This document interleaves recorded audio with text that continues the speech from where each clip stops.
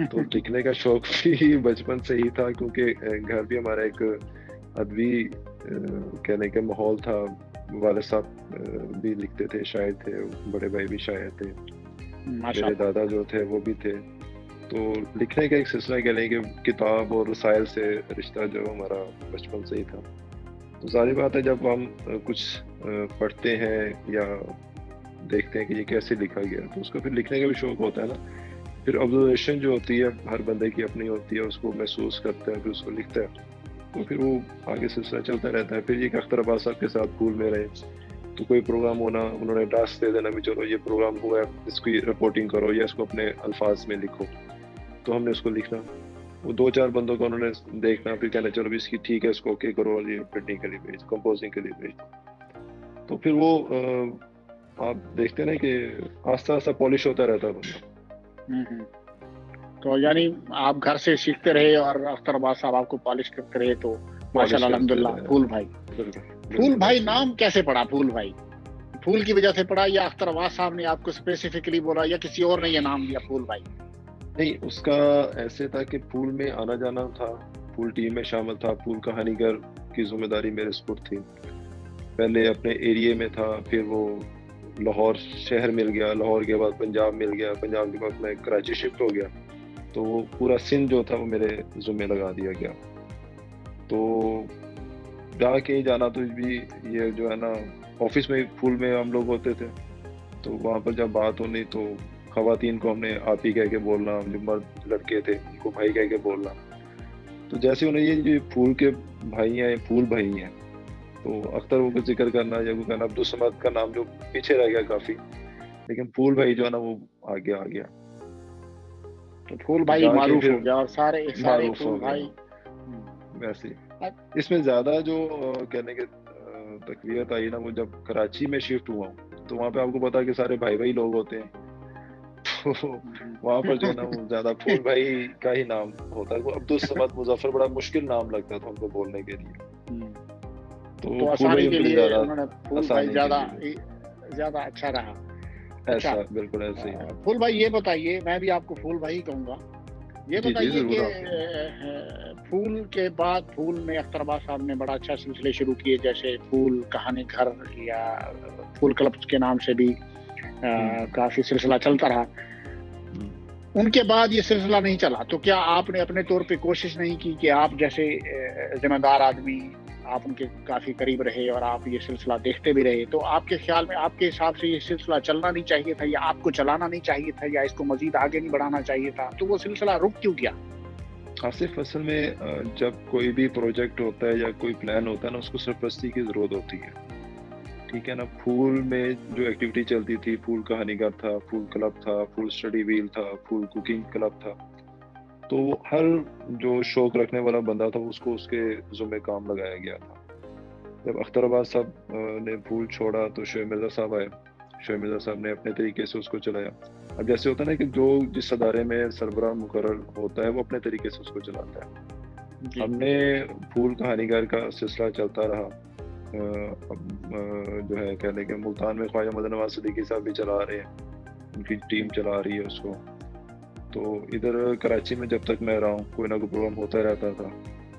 تو اب کہنے کے یہاں پر جس ادارے میں میں آج کل کام کر رہا ہوں، رابعہ بک ہاؤس میں ہے، تو وہاں پہ بھی کہانیوں کا سلسلہ ہے، کہانیوں کا سلسلہ چلتا رہتا ہے. بلکہ ہماری ایک کتاب کا نام بھی ہم نے رابعہ کہانی گھر کے نام سے رکھا ہے. تو وہ الحمدللہ پرنٹ ہو رہی ہے، مارکیٹ میں چل رہی ہے. اچھا پھول بھائی، تھوڑا لکھنے لکھانے کے حوالے سے بات کریں گے. لکھنے لکھانے کے حوالے سے تعلق ہے، آپ کا ادیب ہیں تو ضرور کتابیں بھی پڑھتے ہوں گے اور کتابوں کا مطالعہ بھی آپ کی ہابی میں شامل ہوگا. کوئی ایسی کتاب جو آپ نے پڑھی ہو جس نے آپ کو، آپ کی آنکھیں نم کر دی ہوں یا جس نے آپ کو رلا دیا؟ اس میں کہنے کے ایک ٹیسٹ نہیں رہتا. ایک اس میں ایک خاک کربلا ہے، فیصل آباد والوں نے شائع کی ہے، بہت پیارے انداز سے لکھی گئی ہے، خاک کربلا کے نام سے جو ہے. اور ایک ماہر القادری صاحب کی در یتیم جو ہے وہ آپ پڑھیں، آپ کو بڑا لطف آئے گا اور خود کو جو ہے نا وہ ان دنوں میں محسوس کریں گے جیسے تمام واقعات آپ کے سامنے ہو رہے ہیں. تو ایسا کئی دفعہ ہوا ہے کہ جب مسلم خواتین سیریز لکھتے ہوئے، خاص طور پہ جب محمد بن قاسم کو میں نے لکھا، تو اس کے حوالے سے ساری باتیں لکھنے کے لیے، تاریخ کو لکھنے کے لیے مختلف کتابوں کو پڑھنا پڑتا ہے، سرچنگ کرنی پڑتی ہے نیٹ کے اوپر. تو محمد بن قاسم کے حوالے سے جب پڑھا تو واقعی وہ کیا لکھا، اندرونی جو تھے نا کہ یہ واقعہ نہیں ہونا چاہیے تھا، یہ اتنا ظلم کیوں کیا گیا. محمد بن قاسم کے حوالے سے بات ہو رہی تھی. محمد بن قاسم کا واقعہ جب پڑھے میں نے انٹرنیٹ کے اوپر، ایک دو کتابیں تھیں، تو واقعی دکھ ہوا کہ جب وہ ان کی جو ہے خلیفہ انتقال ہوتا ہے، نئے خلیفہ آتے ہیں، تو ان کے اوپر جو ہے وہ ظلم و ستم کی انتہا ہو جاتی ہے. تو لیکن وہ قید خانے میں رہ کے بھی جو ہے وہ کام کر رہے ہیں، اپنے سپاہیوں کے لیے جو ہے نا وہ نقشہ بنا رہے ہیں کہ کیسے جو ہے اس کو چلایا جائے. تو اس آخر دم تک وہ یعنی انہوں نے جان جی اچھا، یہ مجھے کرتا رہا. جی یہاں پہ مجھے ایک ذہن میں بڑا سوال آ گیا. مسلم فاتحین سیریز آپ نے لکھی اور خاصی بہت ہی انوکھا آئیڈیا اور بڑا ہی منفرد آئیڈیا تھا. کسی دوسرے مصنف نے آج تک ایسی کتب نہیں لکھی اور نہ ہی ایسی کوشش کی. تو خاص طور پر آپ کا رجحان مذہب کی طرف تھا، یا پھر اس کا آئیڈیا آپ کو کسی نے دیا، یا آپ کی یہ خود سوچ تھی کہ مجھے یہ لکھنا چاہیے؟ کیونکہ ان کتب نے، جہاں تک میرا مطالعہ ہے یا جب میرا مشاہدہ ہے، کہ نہ صرف بچوں کی تربیت کے لیے بہت اچھی کتب ہے، بلکہ ان کو اسلامی اقدار سے روشناس کرانے میں ان کتابوں کا بڑا ہی ہاتھ ہے. تو یہ ایک بڑا اچھا پروجیکٹ تھا. آپ کو اس کی طرف مائل کرنے میں کس کا رجحان رہا؟ آپ خود سے اس طرف آئے یا کسی کے کہنے پر یہ کیا؟ نہیں، اس مسلم خواتین سیریز کے حوالے سے جو ہمارے رابعہ کے بک ہاؤس کے جو چیف ایگزیکٹو ہیں نوید اختر شیخ صاحب، ان سے ڈسکس، کیونکہ ان کا ابھی بھی کوئی نہ کوئی میں پروجیکٹ دیتے رہتے ہیں، جیسے حاتم تائی ہے، اور ملا نصر الدین کے حوالے سے ہمارے ایک ساتھی ہیں، انہوں نے کافی ورکنگ کی ہے. تو وہ جب مسلم خواتین سیریز کی بات، وہ کہتے ہیں کہ محمد بن قاسم ہے، صلاح الدین ایوبی ہیں، ان لوگوں پہ لکھا جانا چاہیے، تاکہ جو ہماری آنے والی نسلیں ہیں ان کو پتہ چلے کہ ہمارے آباء و اجداد نے کیا کیا اسلام کے لیے، وطن کے لیے. تو مسلم خواتین سیریز کے انہوں نے ٹاسک دیا مجھے، پہلے 5 کتابوں کا ٹاسک دیا، 5 کتابیں آئیں، اس کے بعد پھر وہ سلسلہ چلتا رہا، اور اس وقت مسلم خواتین سیریز کی جو ہے نا وہ 35 کتابیں جو ہیں وہ مارکیٹ میں ہیں، اور ان کے 10ویں جو ہے نا وہ ایڈیشنز مارکیٹ میں آ چکے ہیں. مسلم فاتحین سیریز کی بات کریں گے، آپ نے 35 کے قریب کتابیں لکھی اور ان کے 10 ایڈیشن بھی شائع ہو چکے. تو یہ ایڈوانٹیج آپ کو اس لیے ملا کہ آپ ایک اشاعتی ادارے سے وابستہ ہیں. تو کیا یہ واقعی یہ ایڈوانٹیج اس لیے تھا کہ آپ 35 کتابیں لکھنے میں کامیاب ہوئے کیونکہ آپ اشاعتی ادارے میں کام کر رہے ہیں، ان کے ساتھ وابستہ ہیں، تو اس لیے آپ کو موقع ملا؟ کیونکہ کسی دوسرے لکھاری کو یا مصنف کو ایسا اگر موقع ملے تو یقیناً وہ بھی یہ کام کر پائیں گے یا لکھ پائیں گے یا کچھ ایسا. تو کیا یہ ایڈوانٹیج رہا؟ بالکل آصف، اس حوالے سے ادارے کا بڑا کردار ہوتا ہے. دیکھیں کہ آپ جیسے ہم پہلے سٹارٹنگ میں گفتگو کرتے ہوئے بات کی پھول کے حوالے سے، اختر عباس صاحب کے حوالے سے، آپ نے دیکھا ہوگا کہ اختر عباس صاحب نے ایک عام سے بندے کو جو نا شخصیت میں ڈھالا. ٹھیک ہے نا، سمپل ایک میگزین تھا پھول میگزین، اس کو احمد ندیم قاسمی صاحب نے بھی شائع کیا، لیکن وہ پھول میگزین ہی تھا.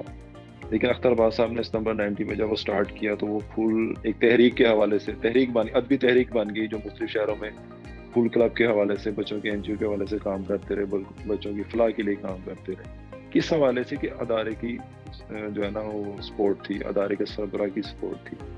تو اسی طرح رابعہ بک ہاؤس کے جو CEO صاحب ہیں ہمارے نوید اختر شیخ صاحب، انہوں نے سرپرستی کی، انہوں نے تھوڑا سا گائیڈ کیا، تو چلتا رہا. اور میرے خیال میں یہ نہیں کہ میں نے ہی تھا تو یہ لکھا، کوئی اور بھی ہوتا تو لکھ سکتا تھا، لیکن یہ کہہ رہے ہیں کہ سعادت کسی کسی کے ذمے میں آتی ہے.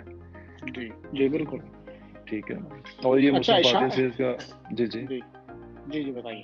مسلم خواتین سیریز کا ذکر ہو رہا، تو مسلم خواتین سیریز کو ایک اور انفرادیت ہے کہ اس کو صرف ایک پڑھنے والی کتاب کے طور پہ نہیں، ایک درسی کتب کے متعلق بھی یہ شامل کی گئی ہے، مختلف تعلیمی اداروں میں جو نا پڑھائی جا رہی ہے. اور پڑھانے کے علاوہ میرا جہاں تک سوچنا ہے کہ یہ ہم اپنے بچوں کو یا نئی نسل کو ہم بطور تحفہ بھی دے سکتے ہیں. اور بالکل ایسے ہے، کیونکہ وہاں پہ یہ کتاب، اور یہ ضرورت ہے آج کے دور میں، کیونکہ نوجوان نسل کو اسلام سے روشناس کرانے کے لیے یہ ایک اچھا اقدام ہے. بالکل ایسے. اور اس میں ہم نے کہنے کہ حضور نبی کریم صلی اللہ علیہ وسلم سے لے کے چاروں خلفاء راشدین، صحابہ کرام اور جتنے بھی خواتین، اور مزے کی بات ہے جب یہ مصنفاتی سیریز پہ ورکنگ ہو رہی تھی تو اس وقت کہتے ہیں کہ خواتین کا کوئی تذکرہ نہیں ہے، اس میں خواتین کا بھی تھا. تو اس میں 5 خواتین بھی ہم نے شامل کی، جن میں ام عمارہ ہے، حضرت خولہ بنت رضی اللہ تعالیٰ عنہما ہے، چاند سلطان ہے، نور جہان ہے اور رضیہ سلطان ہے. یعنی 5 خواتین کی نمائندگی بھی جو ہے اس میں شامل کی گئی. تو جہاں آپ نے 35 کتابیں لکھی تو کیا ان کو کوئی ڈرامائی صورتحال میں بنانا کوئی پلان ہے ایسا فیوچر میں یا مستقبل میں؟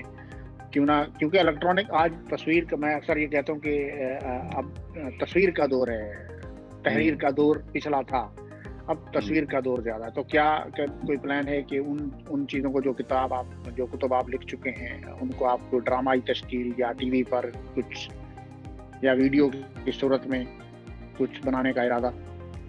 ساری بات آپ کو کتاب سے جو ہے وہ ڈرامائی انداز میں کرنے کے لیے اچھا خاصا ایک پروجیکٹ ہوتا ہے، پلان ہوتا ہے، تو اس کو ڈرامائی شکل دی جا سکتی ہے، کیونکہ اس کو ہم نے بالکل آسان اردو میں بالکل وہ جو مکالمات ہے اس حوالے سے تحریر کیا ہے. تو اتنا مستقبل میں کچھ بھی ہو سکتا ہے. آپ کے پلان میں ہے ایسی بات کہ آپ اگر موقع ملے فیوچر میں تو کریں گے؟ ہاں بالکل، ساری بات ہے، اس کو خوشی سے کریں گے. اشاعتی ادارے سے وابستہ ہونا آپ کا شوق تھا یا مجبوری میں آپ نے اشاعتی ادارہ جوائن کیا؟ نہیں، مجبوری تو نہیں رہی، کیونکہ وہ کہتے ہیں نا کہ اس کا جو ہے ہیرے کا جوہری ہی جانتا ہے. تو ادھر ضرورت تھی، یعنی ادارے میں کہ کوئی مصنف کی ضرورت تھی، تو رابطہ ہوا تو اس کو میں نے جوائن کر لی. اور پھر وہی بات ہے نا کہ دیوار میں جب کوئی اچھی اینٹ لگ جاتی ہے تو پھر وہ بنیاد بھی اس کی اچھی ہو جاتی ہے. تو جوہری نے پہچانا، اس میں پالش کیا تو الحمدللہ. میں ان جوہری کی بات سے 100% اتفاق کرتا ہوں، 100% اتفاق کرتا ہوں. میں صحیح آدمی چنا. وہ دیکھیں نا، وہ لال جو ہوتا ہے وہ گدھے کے گلے میں ڈال دے تو پھر اسے کیا پتا چلا نا، وہ جب کہہ لے کہ جو اس کا پہچاننے والا ہے یا اس کی جو قیمت جانتا ہے اس کے گلے میں ہو تو پھر پتہ بھی چلتا ہے کہ لال گلے میں. بالکل صحیح کہا. اچھا، آپ چونکہ اشاعت کے ادارے سے وابستہ ہیں اور اشاعتی صنعت سے آپ کا تعلق ہے، جہاں تک میرا مشاہدہ ہے، میں جہاں تک جانتا ہوں، کچھ اشاعتی ادارے تو بہت سارے ہیں، ظاہر بات ہے پورے پاکستان میں، تو کافی سارے اشاعتی ادارے اخلاقیات کا خیال نہیں کرتے یا ان کا پاس نہیں رکھتے. ان کے لیے اس چیز کا ان کے لیے پیسہ یا زیادہ اہم ہے، ان کے لیے کوئی بزنس ایتھکس یا اخلاقیات ان کے لیے زیادہ اہم ہونی ہوتی. تو کیا آپ اس بات سے اتفاق کرتے ہیں کہ ایسا ہے؟ آصف، اس حوالے سے بات پتہ ہے کیا بات ہے کہ آپ کا اپنا رویہ یا کوئی ایسی معاملات ہوتے ہیں. اب ہر بندے کی ظاہر بات ہے بزنس بھی ہوتے ہیں، ٹھیک ہے نا.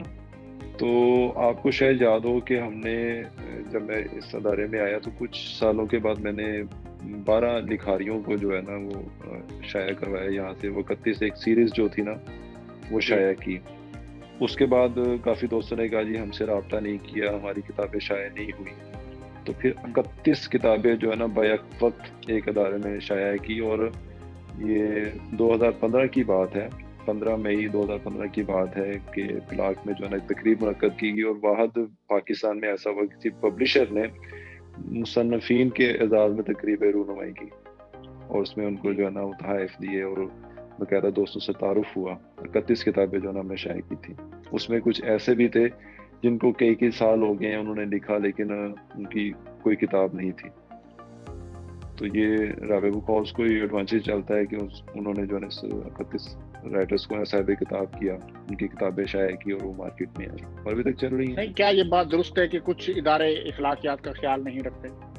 میں وہی بات کہہ رہا ہوں کہ ہر بندے کا اپنا ویو ہوتا ہے، ٹھیک ہے. کچھ ادارے ہوں گے ایسے، تالاب میں جو ہے نا کہ ایک مچھلی ویسی نکلے تو سارا تالاب کو فکر ہی رہتی ہے نا. تو آپ یہ تو نہیں کہیں گے کہ وہ ایک مثال بھی ہے نا کہ چاول کا ایک دانہ دے کے پوری دیگ کا جو ہے نا پتہ چل جاتا ہے. تو آپ کسی ایک پبلشر کا رویہ یا ایک پبلشر کے کر کے سارے پبلشرز کو تو برا نہیں کہیں گے نا.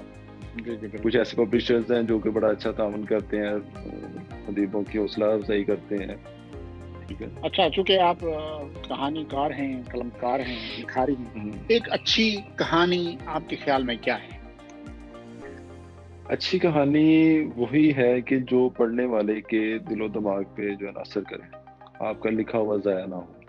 آپ نے جو لکھا ہے آپ نے تو لکھ دیا، لیکن جو پڑھ رہا ہے اس کو کیسے آبزرو کر رہا ہے یا کیسا اس پہ عمل کر رہا ہے، یا کون سی ایسی خامی ہے معاشرے کی یا کوئی ایسی خصوصیت ہے جو آپ کسی معاشرے میں اس کو آنے والی نسل کو بتا رہے ہیں. تو جس نے اس کو پا لیا سمجھ لیں کہ آپ کی کہانی کی قیمت پوری ہو گئی. میرا مشاہدہ کہتا ہے کہ جتنا سینئر ادیب ہوگا یا سینئر لکھاری ہوگا، اگر وہ کچھ کافی عرصے سے لکھ رہا ہے، اس کی کافی ساری تعداد میں کہانیاں، ناول یا کچھ شائع ہو چکے ہیں، ادبی طور پہ قد کاٹ والا آدمی کس حد تک انا میں مبتلا ہوتا ہے، یا وہ دوسروں کو کچھ حقیر جانتا ہے کہ میں اب سینئر ہو گیا ہوں، میں زیادہ لکھنے لگا ہوں، یا میں زیادہ لکھ رہا ہوں کہ میں بہت بڑا آدمی ہوتا ہوں. تو کیا ایسا ہے؟ اگر ہے تو کیوں؟ دیکھیں، اس حوالے سے جو میرا اپنی رائے ہے نا، جو بڑا ادیب بنا ہے یا بڑا مصنف بنا ہے وہ بھی کسی زمانے میں چھوٹا ہوتا تھا. ٹھیک ہے نا؟ جی بالکل. اور اس کو وہ بات یاد رکھنی چاہیے کہ وہ بھی کسی کی تلاش میں ہوتا تھا یا کسی کو ملنے کے لیے بےتاب ہوتا تھا کہ یار یہ بندہ کسی تقریب میں مل جائے، یا کہیں تقریب میں ملتا تو بس اس کے گرد کچھ دیر ٹھہرنا بڑا اپنے آپ کو جو ہے نا خوش قسمت سمجھتا تھا کہ یار اس بندے کے ساتھ میں کھڑا ہوں، اس کے ساتھ تصویر بنائی ہے یا آٹوگراف لی ہے. تو اس حوالے سے میں جو ہے نا سب سے بڑی بات ہے کہ بڑا اگر کون بناتا ہے، ہمارے چاہنے والے بناتے ہیں نا، یا ہماری تحریر پڑھنے والے ہی ہمیں بڑا بناتے ہیں. اگر وہ نہیں، ہم ان کی قدر نہیں کریں گے تو پھر ہمیں بڑا کون کہے گا. تو اس حوالے سے یہ کہ جو ہماری پہلی جو سیڑھی ہے نا اس کو یاد رکھنا چاہیے. بلکہ اس حوالے سے ایک واقعہ یاد آ رہا ہے محمود ایاز کا. محمود غزنوی کے جو استاد تھے، حضرت ایاز، رنگ محل میں ان کا مزار بھی ہے.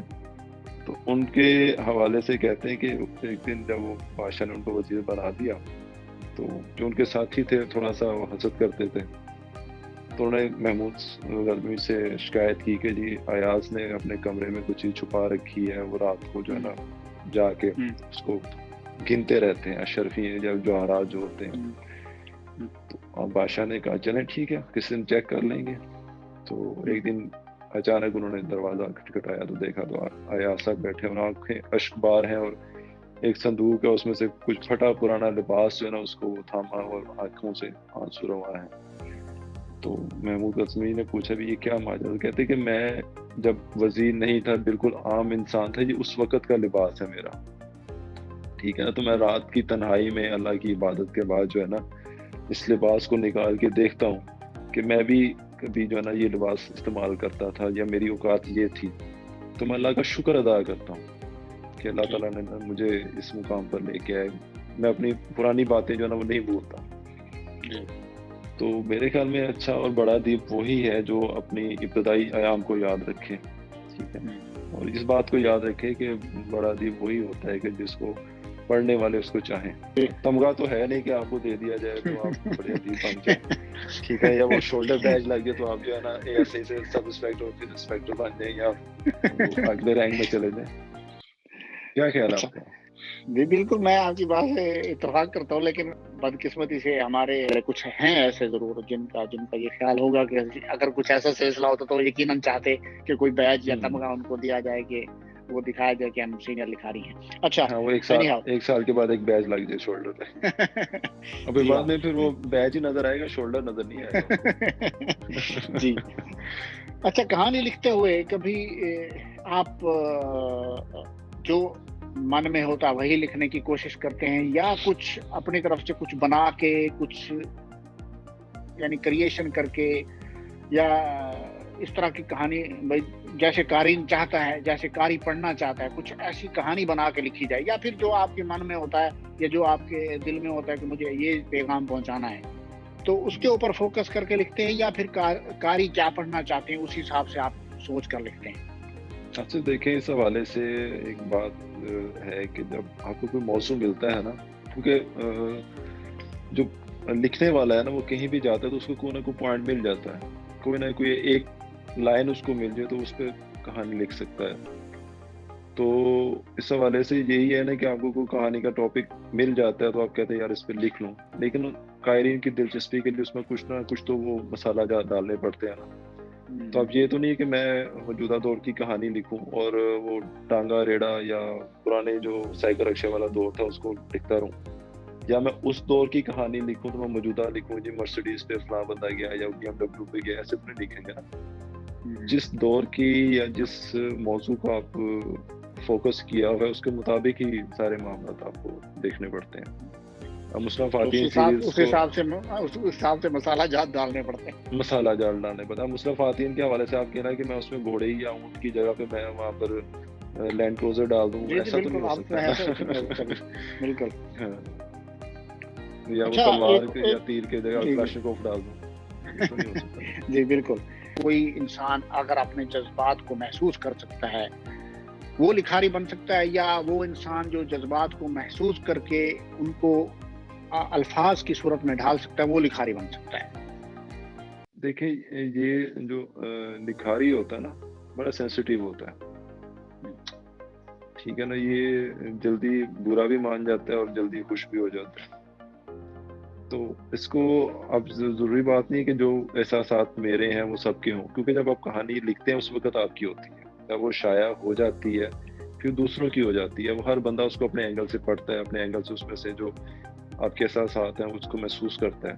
اور کچھ لوگ ہوتے ہیں جو آپ کا اصل جو موضوع ہے اس کو پا لیتے ہیں. ٹھیک ہے، کوئی کس حوالے سے سوچتا ہے کہ یار اس کو ایسے نہیں کرنا تھا، اس کا اینڈ یہ ہونا ہے. اکثر آپ ٹی وی ڈرامے میں جو آج کل چل رہے ہیں یا کوئی مووی چلتی ہے اس میں یہ ہوتا ہے یار اینڈ ایسا ہونا چاہیے تھا، یہ اس کا جو ہے نا اختتام جو ہے نا اس قسم کا ہونا چاہیے تھا. تو یہ تو اسی کو پتہ ہے نا، مصنف کو یا رائٹر کو ہے اس میں کتنا سسپینس رکھنا ہے اس نے، یا کیا کرنا ہے، کہاں پہ اینڈ کرنا ہے. ہم اب قائرین اپنی جو ہے نا وہ کہنے کے نہیں تھوپ سکتے کہ یار اس کو ایسے ہونا چاہیے تھا. ہاں رائے اپنی جگہ پہ رائے دی جا سکتی ہے کہ اس کو ایسے نہیں ایسے کر لیا جائے تو زیادہ اچھا تھا. اچھا، پہلے والے عبدالصمد مظفر یا پھول بھائی کتاب چھپنے سے پہلے اس میں اور کتاب چھپنے کے بعد پھول بھائی میں کیا فرق، کیا چیز تبدیل ہوئی؟ اس میں کچھ تبدیلی نہیں ہوئی. پہلے بھی اس کو چاہنے والے تھے، اب بھی چاہنے والے ہیں. پہلے بھی لوگ محبت کرتے تھے، اب بھی کرتے ہیں. اچھا ٹھیک ہے، مطلب پھول بھائی جیسے کہتے ہیں نا لاہور ہے، پھول بھائی پھول بھائی ہے. لیکن اس میں ایک چیز آ جاتی ہے کہ جب آپ کہیں پہلے جاتے تھے تو یہ ہوتا ہے چلے یہ پھول ٹیم کا حصہ ہے جی، یا یہ نمایاں وقت کا جو میگزین ہے اس کا ایک حصہ ہے. اب آپ کہیں جاتے ہیں جب بات ہوتی ہے کہ کئی جو ہے اس کے کتابوں کے مصنف ہیں یا فلاں کتاب کہانی کے مصنف ہیں وہ آ جاتا ہے تو ایک تھوڑا سا اعزاز تو مل جاتا ہے نا، آپ کو رسپیکٹ مل جاتی ہے. لیکن بات وہی کہ جو آپ کسی کو عزت دیتے تو آپ کو عزت ملتی ہے. پہلے بھی عزت یعنی کہ ملتی تھی، الحمدللہ آپ کی عزت ہے. اور اللہ تعالیٰ سے دعا ہے کہ یہ عزت جب تک سانس ہے اس دنیا سے چلے بھی جائیں تو یہ عزت برقرار رہنی چاہیے، اس میں فرق نہیں ہونا چاہیے.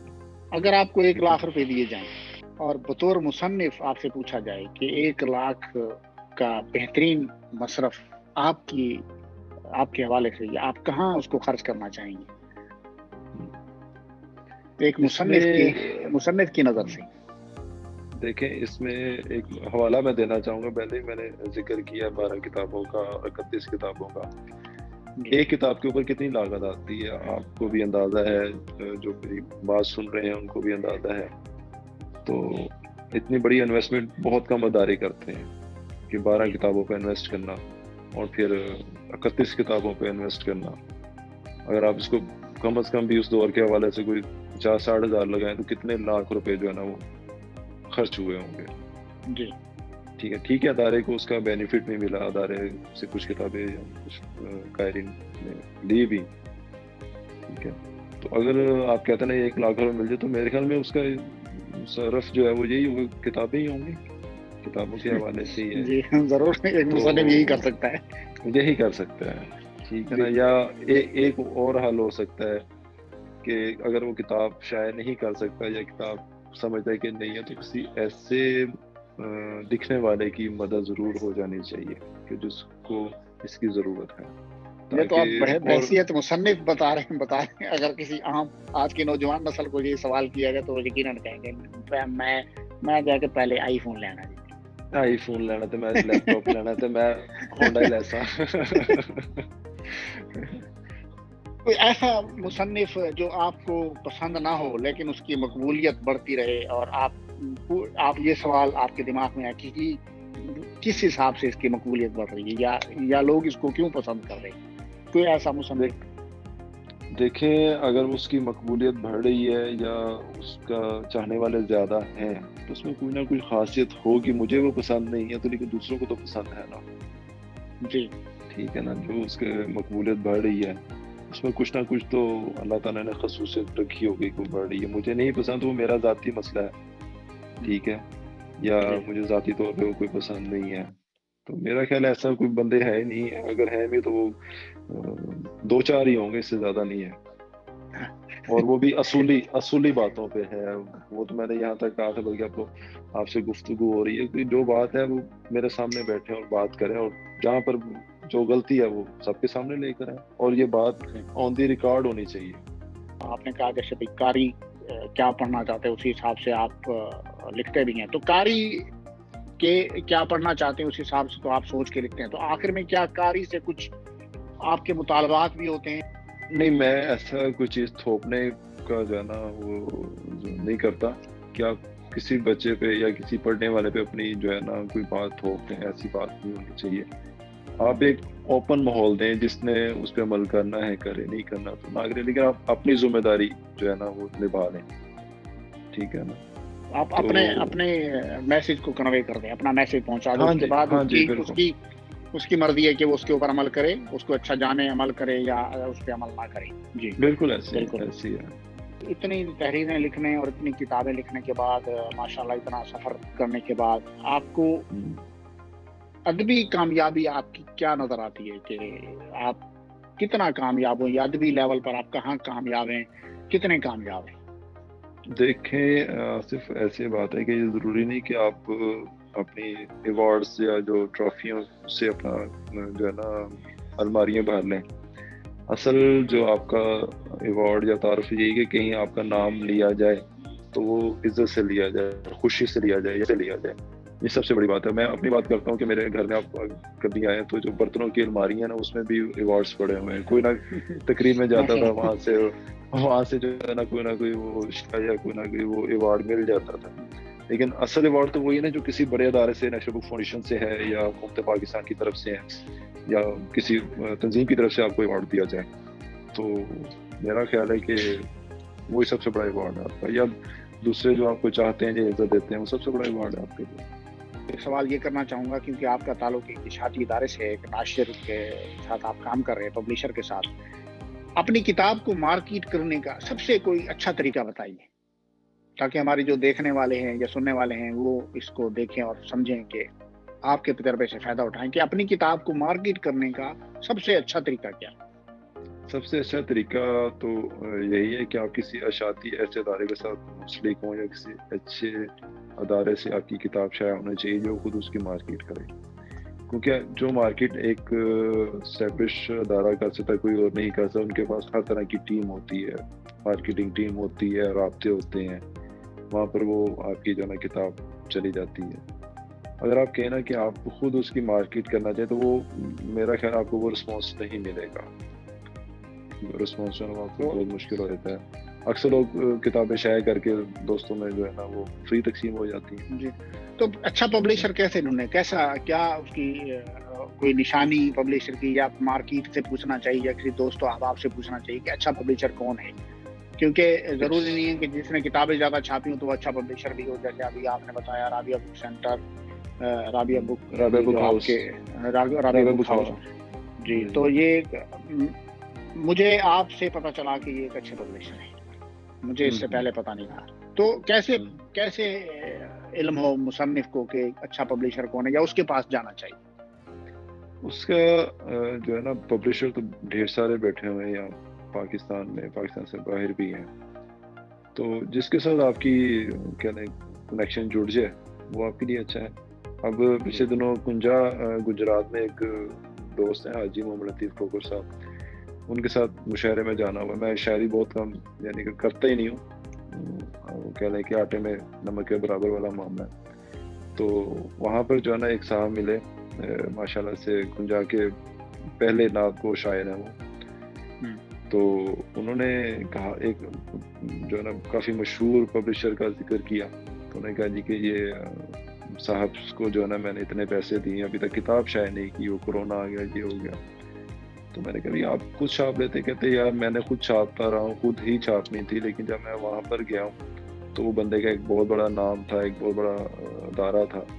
تو اس نے کہا جی آپ مجھے پیسے دیں, میں کتاب شائع کر. تو میرے پیسے بھی کھا گیا اور میری کتاب کا مسودہ بھی نہیں دے رہا, اور میں نے وہ کتاب جو ہے وہ ہاتھ سے لکھوائی ہے, کتابت کروائی ہے, کمپوز بھی نہیں کروائی.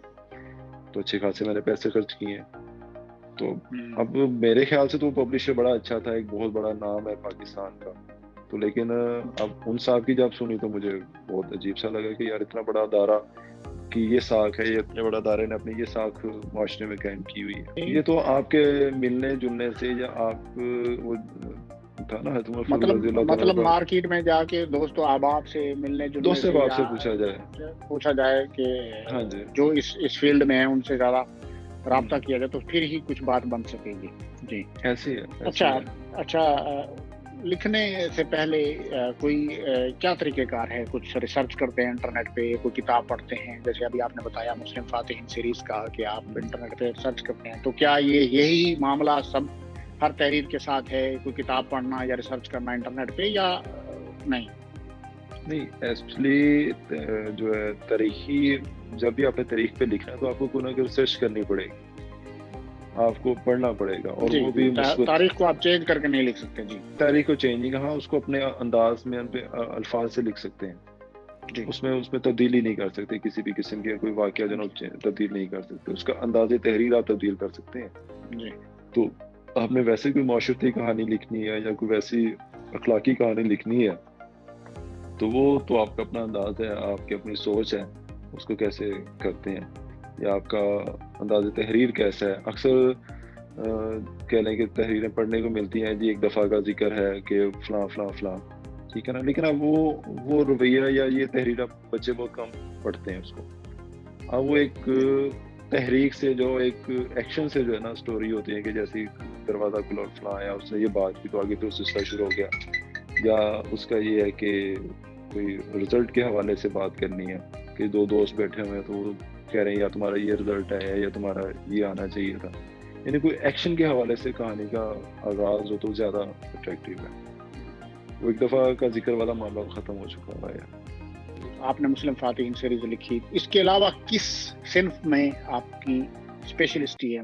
مطلب کہ نثر میں یا شاعری میں, یا نثر میں اگر لکھتے ہیں تو کس میں, سسپینس میں, معاشرتی کس پہ, کس صنف میں آپ کا خاص رجحان ہے لکھنے کے لیے؟ معاشرتی اور اخلاقی پہ میرا زیادہ رجحان ہے کہ اس موضوع کو زیادہ اچھے طریقے سے میں لکھ سکتا ہوں.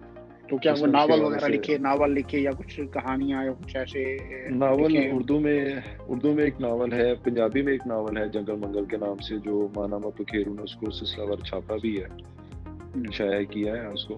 تو انشاءاللہ تعالیٰ وہ کتابی صورت میں بھی آ رہا ہے جنگل منگل. تو یہ سب بچوں کے لیے لکھا آپ نے؟ بچوں کے لیے ہی لکھا ہے, ہاں. بڑوں کے لیے شاعری کی ہے, تقریباً کوئی 10-12 غزلیں لکھی, اس کے بعد پھر گیپ آ گیا اس میں. تو بڑوں کے لیے نہ لکھنے کی کوئی خاص وجہ کہ بڑوں کو آپ لائق ہی نہیں کرتے, یا ان کو اس قابل نہیں؟ بڑوں کے لائق نہیں کرتا, ایسی کوئی بات نہیں ہے.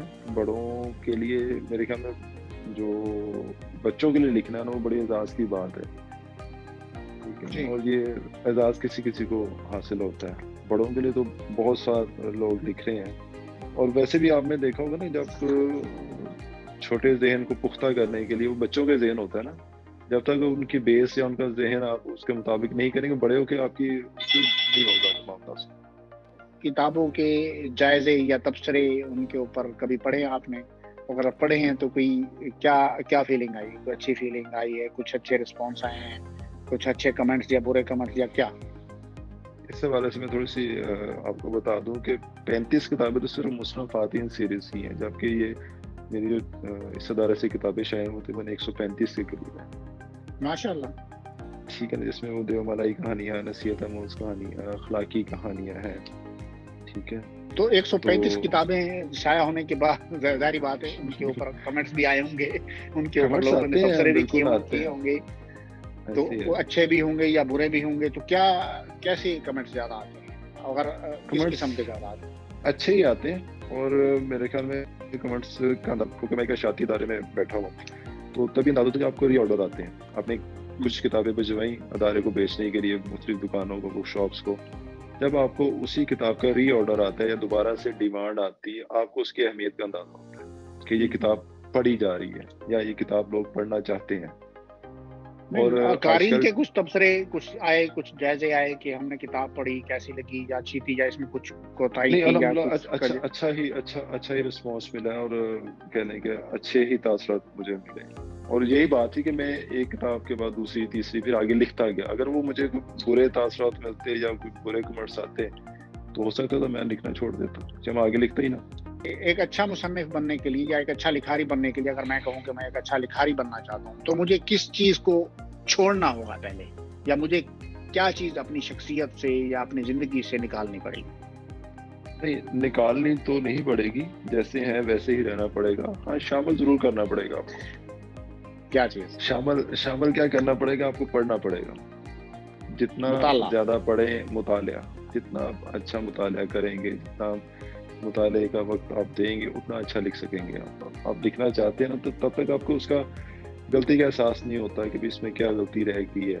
لکھنے والا تو لکھ دیتا ہے ایک دفعہ اس کو، لیکن اب جب اس کو دوبارہ پڑھتے ہیں، اب یہاں پر کئی دفعہ ہوتا ہے کہ ہم لوگ لکھتے ہیں، وہ فرسٹ پروف آتا ہے، اس میں غلطی نکلتی ہے، پھر سیکنڈ پروف آتا ہے، پھر غلطیاں آ جاتی ہے، پھر تیسرا پروف آتا ہے. ایسا ہو جاتا ہے کیونکہ وہ آپ کا ماحول یا آپ کی سوچ چینج ہو جاتی ہے، تبدیل ہو جاتی ہے کہ یار یہ ایسا جملہ نہیں ہونا چاہیے تھا، یہ جملہ ایسے ہونا چاہیے تھا. جی. اس کو دیکھتے ہوئے پھر ہمیں تبدیلی لانے پڑ جاتی ہے اس میں. اچھا پھول بھائی، ایک میرے کچھ سوال ہوں گے آپ سے، لیکن جواب آپ کو ود ان سیکنڈ دینا ہے. اچھا، تو ٹھیک ہے، اس کی آپ کی پسند ناپسند کے حوالے سے، لیکن ود ان سیکنڈ، آپ نے سوچنا نہیں ہے، جو آپ کے ٹھیک ہے، ذہن میں پہلا جواب ہے کہ وہی دینا. ٹھیک ہو گیا. یعنی بچپن کی ذرا پسندیدہ، فٹ ہو کے جی بیٹھنا. بچپن کی پسندیدہ کتاب. بچپن کی پسندیدہ کتاب میری بتایا ماہر القادری، سب سے بڑی کتاب پڑھی تھی میں نے، ماہر القادری صاحب کی در یتیم جو ہے، ٹھیک ہے نا، وہ ابھی تک مجھے یاد ہے. اور ایک کتاب تھی عبدال بلا صاحب کی پاکستان کہانی. یہ دو کتابیں بڑی اچھی، اور بلکہ جہاں کوئی بچہ مجھے کہتا ہے نا کہ سر کسی اور ادیب کو پڑھنا چاہیے، تو پھر میں یہی دو کتابوں کا نام دیتا ہوں کہ در یتیم ماہر القادری صاحب کی، اور عبدال بلا صاحب کی پاکستان کہانی. یہ ضرور پڑھیں. پسندیدہ کھانا. پسندیدہ کھانا اس میں 2 سیکنڈ لے لیے. شامی کباب بڑے پسند ہیں مجھے جو ہے نا، اور یہ گھر والے بھی بڑے شوق سے بناتے ہیں، اور جا کے جاتا ہوں تو جن کو پتہ ہے تو وہ لازمی جو ہے نا کھانے میں شامل رکھتے ہیں شامی کباب جو. پسندیدہ لباس. قمیص شلوار، ویسٹ کوٹ. عزیز پسندیدہ دوست یا عزیز ترین دوست. عزیز ترین دوست جو ہے وہی ہے جو میرے محبت کرنے والے ہیں، لیکن سب سے زیادہ عزیز جو ہے میرا دوست وہ ندیم ظفر صاحب ہیں. آج کل گورنمنٹ کالج میں لیکچرار ہیں، اور ہم بچپن کے ہی دوست ہیں. پسندیدہ سیاستدان. پسندیدہ سیاستدان بدلتے رہتے ہیں. آج کل کون؟ آج کل تھے وہ، اب اس دنیا میں نہیں رہے. ٹھیک ہے نا، تھوڑا سا خادم حسین رضوی صاحب کو فالو کیا تھا، ٹھیک ہے، ان کے جو ناموس رسالت کے حوالے سے تھا. اس سے پہلے میاں صاحب کو بھی فالو کرتا رہا ہوں. خان صاحب سے ملاقات ہوئی، ان کو بھی فالو کرتا رہا ہوں جب وہ پی ٹی آئی اسٹارٹ کی تھی انہوں نے. لیکن کچھ معاملات میں اختلافات ہوتے رہتے ہیں، وہ ذاتی رائے ہوتی ہے سیاست کے حوالے سے میرے خیال میں. پسندیدہ مٹھائی. گلاب جامن. پسندیدہ دکان جہاں پہ آپ بار بار جانا پسند کریں. پسندیدہ دکان تو آج کل کیریفور ہی ہے، جہاں پر وہ بچوں کے ساتھ جاتا رہتا ہوں. اچھا. پسندیدہ رشتہ. میاں بیوی کا ہے، ماں باپ کا ہے، اولاد اور والدین کا ہے. پہلی محبت. کی اور پالی. اچھا، مطلب محبت کی اور پالی، اس کا انجام ہوا پالی. ہاں جی. تو آپ نے سوال ہی ختم کر دیا میرا. اس لیے میں نے کہا نا کچھ سوال ایسے ہوں گے کہ آپ کے سوال کے درمیان جواب آئیں گے اور وہ اچھا، خاندان میں آپ کا مصنف ہونا گراں گزرتا ہے یا کبھی مخالفت نہیں ہوئی، یا اچھا جانا جاتا ہے کہ جناب ہمارے رشتہ دار یا ہمارے بھائی یا دوست مصنف ہیں یا لکھاری ہیں، تو کیا حوصلہ افزائی ہوتی ہے خاندان کی طرف سے یا نہیں؟ نہیں، بالکل حوصلہ افزائی ہوتی ہے، بلکہ فیملی میں میرا نام جو ہے نا وہ مٹھو کے نام سے ہے، مٹھو بھائی کے نام سے ہے، گھر جو فیملی کے رشتہ دار ہیں نا مطلب آپ کے تین نام ہیں، عبدالصمد مظفر، المعروف پھول بھائی، سر المعروف مٹھو بھائی۔ دیکھیں جو میری والدہ ہے نا وہ مجھے طوطا بھی کہتی پیار سے، کبھی جب میں چھوٹا ہوتا تھا نا، جب کھانا پکانا ہونا تو کہنا طوطے چوری کھا لے، ٹھیک ہے۔ تو ایک دوست ہے وہ مٹھن کہتے، یعنی وہ ہر دوست نے اپنے پیار سے یا اپنی محبت سے جو ہے نا وہ نام رکھے ہیں، اور پیار والے نام ہیں، کوئی برا نام نہیں ہے، اس میں مجھے خوشی ہوتی ہے کہ دفعہ تو فیملی میں یہ ہوتا ہے کہ ایک جگہ میں گیا شادی پہ، تو انہوں نے کہا جی آپ لکھتے ہیں؟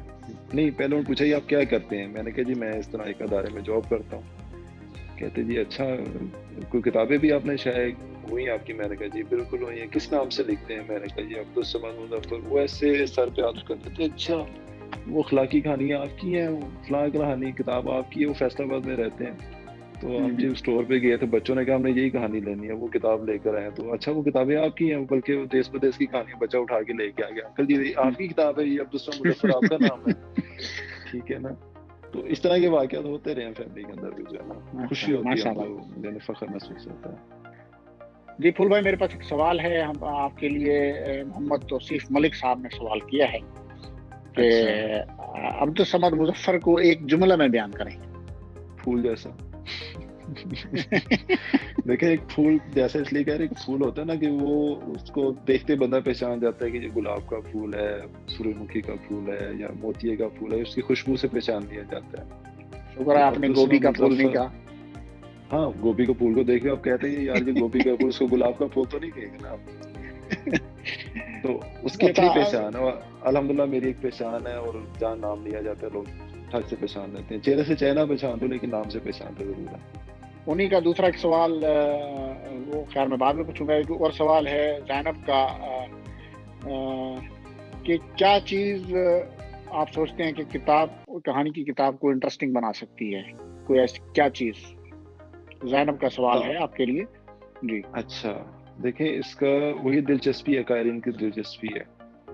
آپ قائرین کی دلچسپی کو مد نظر رکھتے ہوئے جب آپ لکھتے ہیں تو وہ آپ کے جو ہے بہتر ہوتا ہے۔ آپ کا کہنا ہے کہ کوئی بات پہلے ہوئی تھی نا کہ ہم قدیم دور کو جدید دور میں نہیں شامل کر سکتے، یا جدید دور کو قدیم میں شامل نہیں کر سکتے، تو آپ کی جو دلچسپی کا باعث ہونا چاہیے تحریر پہ نا، بوریت کا احساس نہ دلائے، اور وہ آخر تک جب تک وہ بندہ پہلی نشست میں ہی پڑھنے پہ مجبور نہ ہو جائے، تو میرے خیال میں سب سے بڑی کامیابی ہے آپ کی۔ توصیف ملک کا ایک اور سوال، وہ کہتے ہیں آپ کا نظریہ فن کیا ہے؟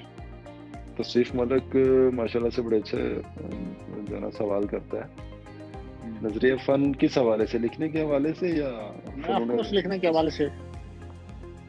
ہاں، سوال ریپیٹ کیجیے گا پلیز۔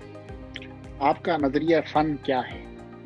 نظریہ فن یہی ہے توصیف کہ آپ جو لکھنا چاہتے ہیں یا جو آپ لکھ رہے ہیں وہ آپ کا مقصد پورا کر رہا ہو، آپ نے جو لکھا ہے وہ رائے گا نہ جائے، ٹھیک ہے نا، وہی آپ کا مقصد ہونا چاہیے کہ آپ جو لکھ رہے ہیں وہ، اگر آپ کا کسی ایک جملے نے یا آپ کی ایک لائن نے کسی کی زندگی پر اثر کیا ہے تو میرا خیال ہے کہ آپ نے اس کا جو ہے نا قیمت پا لی ہے۔ پڑھنے لکھنے کے علاوہ دیگر کیا مشاغل ہیں؟ پڑھنے لکھنے کے علاوہ لکھنے پڑھنے کے علاوہ تو لکھنا پڑھنا ہی ہے فی الحال، آفس کی ذمہ داریاں ہیں، گھر کی ذمہ داریاں ہیں، اور اس کے علاوہ پہلے کچھ رہے ہیں میرے شوق، ڈاک ٹکٹ اکٹھی کرنا، سکے جمع کرنا، ٹھیک ہے نا، اس طرح کے شوق پالے رکھے ہیں میں نے، کراٹے بھی کھیلے ہیں، جمناسٹک بھی کی ہے، تو یہ وقت کے ساتھ ساتھ ہوتا رہتا ہے۔ تو باقی جو آج کل شوق ہے وہ آؤٹنگ کا ہے کہ بچوں کے ساتھ، بچوں کو لے کے کسی نہ کسی اتوار کو لے جانا سیر و تفریح کے لیے کسی مقام کی طرف۔ تو ویسے بھی تو میں پورا پاکستان گھوم لیا، دیکھ لیا، اللہ کا شکر ہے۔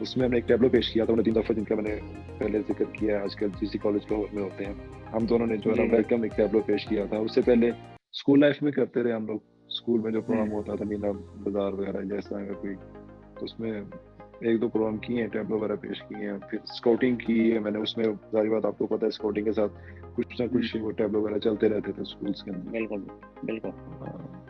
وہ نہیں ہے کہ کسی نجی ادارے میں یا کوئی بڑے ادارے میں ابھی تک اداکاری کا شوق نہیں، اور یہ ہے بھی نہیں لکھنے کا. میں زیادہ اچھے طریقے سے لکھ سکتا ہوں. اچھا پھول بھائی، یہ بتائیے کہ لکھنے کا جو عمل ہے، یا آپ کو تحریر لکھتے ہیں تو کیا اس کے بعد آپ کو اس سے کوئی حوصلہ ملتا ہے؟ مطلب کہ آپ لکھنے کے عمل کو ایز اے روحانی عمل سمجھتے ہیں کہ وہ ایک، کیونکہ آپ اپنا میسج یا اپنی کوئی بات دوسرے کو سکھانا چاہ رہے ہیں یا بتانا چاہ رہے ہیں، تو آپ کو کچھ حوصلہ ملتا ہے کہ میں نے کوئی اچھی بات لکھی ہے، کسی بچے کو یا کسی پڑھنے والے کو، قاری کو اچھی بات پہنچائی ہے؟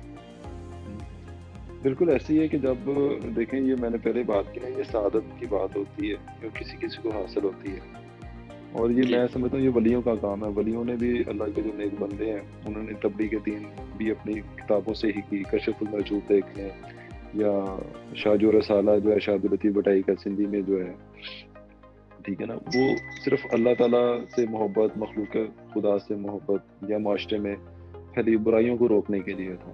ہم بھی اسی سنت کو ادا کر رہے ہیں، ان کی پیروی کر رہے ہیں. تو یہ روحانیت کا اثر بالکل ہے. مصرفاتی سے میں جو ہے احمد شاہ ابدالی آپ کے ملتان میں ہی پیدا ہوئے تھے وہ، ٹھیک ہے نا. تو ان کا صابر شاہ ولی کے حوالے سے ذکر ہے، جو یہ ادھر بادشاہ مسجد کے پاس ان کا مزار ہے، ان کا واقعہ میں نے اس میں کوٹ کیا ہے. پھر وہ ان کا ہے شمس الدین التمش کا جو ہے، ٹھیک ہے نا، وہ بھی ایک بزرگ کا واقعہ اس میں شامل کیا گیا ہے. یعنی کہ جہاں پر روحانیت ہے، اولیاء اللہ سے محبت ہے، اولیاء اللہ کی جو زندگی ہے وہ ہمارے لیے مشعل راہ ہے، ٹھیک ہے نا. حضور نبی کریم صلی اللہ علیہ وسلم کے بعد صحابہ اکرام ہیں، ان کے بعد تابع تابعین ہیں، پھر اولیاء اللہ ہی ہیں جنہوں نے ہماری جو ہے نا وہ زندگی کو سنوارا ہے. افسانے یقیناً آپ پڑھتے ہوں گے، افسانوں کے بارے میں آپ کی کیا رائے ہے، یا افسانوں کو آپ کس لحاظ سے، کس نظر سے دیکھتے ہیں؟ دیکھیں، افسانے کے حوالے سے وہی بات آ جاتی ہے نا کہ جو ہمارے افسانے چل رہے ہیں، جو لکھ رہے ہیں، وہ کوئی نہ کوئی موضوع پہ ہی لکھ رہے ہیں. اب میں آپ کو بات بتاتا ہوں کہ ابھی کل پرسوں کی بات ہے، گھر میں جو ہے نا بچے ڈرامہ دیکھ رہے تھے، تو وہ ڈرامے میں جو ان کا جو کردار تھا، جو ڈائلاگ بولے جا رہے تھے، میں نہیں سمجھتا کہ وہ ہمارے معاشرے میں بولے جانے چاہیے. اور وہ بچوں کی سمجھ میں تو نہیں تھا، لیکن ظاہری بات ہے میں اس چیز کو سمجھتا ہوں، سارے معاملات ہیں. تو لیکن ہمارا ماحول اس قسم کا ہو گیا ہوا ہے کہ وہ بہتر نہیں. افسانوں میں بھی ایسے کئی واقعات ہیں کہ جو لے کے جا رہے ہیں، ہم لوگ پڑھتے ہیں اس کو، تو اس میں کہہ لیں کہ کچھ نہ کچھ ان کو چیز ملتی ہے تو پڑھ لیتے ہیں، لیکن کچھ ایسے افسانے کے جو میرے خیال میں بہتر نہیں ہے، کہ وہ نہیں ہونا چاہیے. تو اب ہم اس چیز سے بالکل آگے چلے گئے ہیں. تو آپ کے خیال میں افسانے کو اسی طرح رہنا چاہیے، یا اس کے اندر کچھ تبدیلی ہونی چاہیے، یا اس صنف کو لکھنا ہی نہیں چاہیے؟ نہیں لکھنا چاہیے، بالکل لکھنا چاہیے، اس کو بالکل لکھنا چاہیے، اس کو چھوڑنا تو نہیں چاہیے نا. تو کیا کوئی تبدیلی اس کے اندر کی جائے؟ تبدیلی وہی بات ہے نا کہ اب میرا مزاج ہے کہ میں اس قسم کے افسانے پڑھوں، یا میرے دو دوست ہیں وہ چاہیں کہ میں اس طرح کا پڑھنا چاہوں، اور جو مجھے لگتا ہے کہ میں یار یہ میرے مزاج کے مطابق نہیں ہے تو میں چھوڑ دوں گا اس کو. زندگی میں آپ کے ساتھ اچھے برے لوگ تو لازم آتے ہوں گے، زندگی میں انسان کے آتے رہتے ہیں، تو اچھے اور برے لوگوں سے کیسے نمٹتے ہیں، کیسے ان کو ڈیل کرتے ہیں؟ اچھے آدمی سے کیسے ڈیل کرتے ہیں، یا برے آدمی سے کیسے ڈیل کرتے ہیں؟ دیکھیں، میری ایک عادت بری بھی کہہ سکتے ہیں کہ میں اگر مجھے ڈوج دیتا ہے تو میں فوری اس کے کہہ دیتا ہوں. بلکہ مجھے کئی دفعہ کچھ دوست کہتے بھی کہ یار تمہیں یہ بڑی خامی ہے کہ تم فوری کہہ دیتے ہو. تو لیکن میں وہ چاہتا ہوں کہ وہ کیا کہتے ہیں اس کو، منافقت کو جو ہے نا اس کو نہیں رکھتا. میں جو بات ہے وہ سامنے ہے کہ یار تمہیں یہ بات ہو، یہ ایسی ہونی چاہیے. تو زیادہ دوست محبت کرنے والے ہی ہیں، پیار کرنے والے ہی ہیں. تو آپ جیسے بتایا 2-3 افراد ہی ایسے ہیں، لیکن ان کے ساتھ اصولی اختلاف ہے. وہ کوئی یہ نہیں کہ ہم نے کوئی زمین بانٹنی ہے یا جائیداد بانٹنی ہے، ایسی کوئی بات نہیں ہے.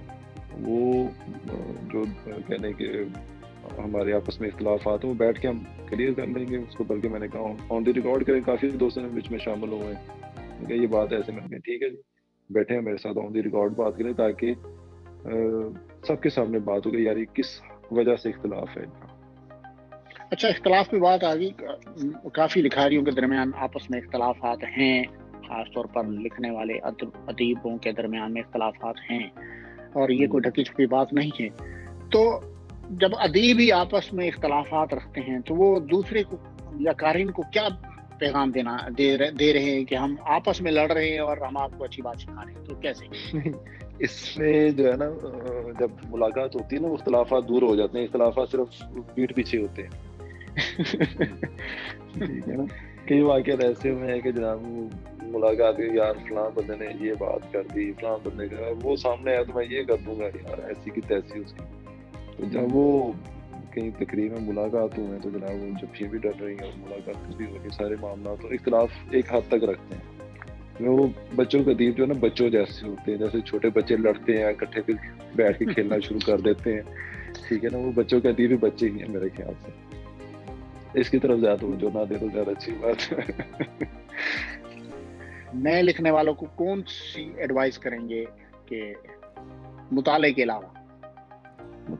علاوہ یہی ہے کہ اپنی شخصیت کو جو ہے نا ایسا بنائیں کہ آپ اچھے الفاظ سے یاد کیے جائیں. جی، آپ کے لیے جو ہے نا اچھے الفاظ بولے جائیں، اچھے الفاظ لکھے جائیں آپ کے لیے.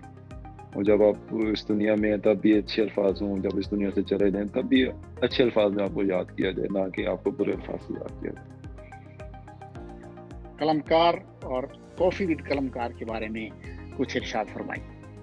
کافی وتھ قلمکار مزے کیا ہے، مزے کی کافی ہے. اور کافی ادھار رہی آپ سے.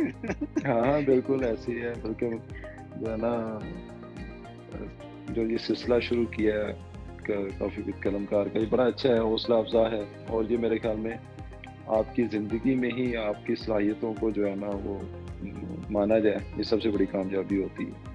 ورنہ ماننے کے بعد تو سارے یاد کرتے ہیں آپ کو پذیرائی دیتے ہیں. تو کافی وتھ قلمکار نے یہ کام کیا. کافی وتھ قلمکار کی تجویز محل ایک جو اس کی بھاگ دوڑ ہے ایک تجربہ کار بندے کے سپرد ہے، تو وہ اس کو بڑے اچھے طریقے سے چلا رہا ہے. اور کہنے کہ سینکڑوں میل دور بیٹھ کے وہ جڑا ہوا ہے پاکستان اور پاکستان کے اہل قلم کے ساتھ. یہ سب سے بڑی جو ہے نا اس کی افادیت یا اس کی انفرادیت ہے. کافی وتھ قلمکار جو ہے نا وہ اپنے وطن اور اپنی مٹی کے ساتھ جڑا ہوا ہے. جی بالکل. بہت شکریہ پھول بھائی، عبدالصمد مظفر المعروف پھول بھائی، بہت شکریہ آپ کے آنے کا، آپ کے وقت دینے کا، آپ کی بات چیت کا. آپ سے بہت اچھے سوالات ہوئے اور امید کرتا ہوں ہمارے ناظرین اور دیکھنے والے سننے والے یقیناً اس سے محظوظ ہوں گے. تو ناظرین، یہ تھے عبدالصمد مظفر المعروف پھول بھائی. انشاءاللہ بہت جلد نئے لکھاری اور نئے قلمکار کے ساتھ حاضر ہوں گے. تب تک اللہ حافظ.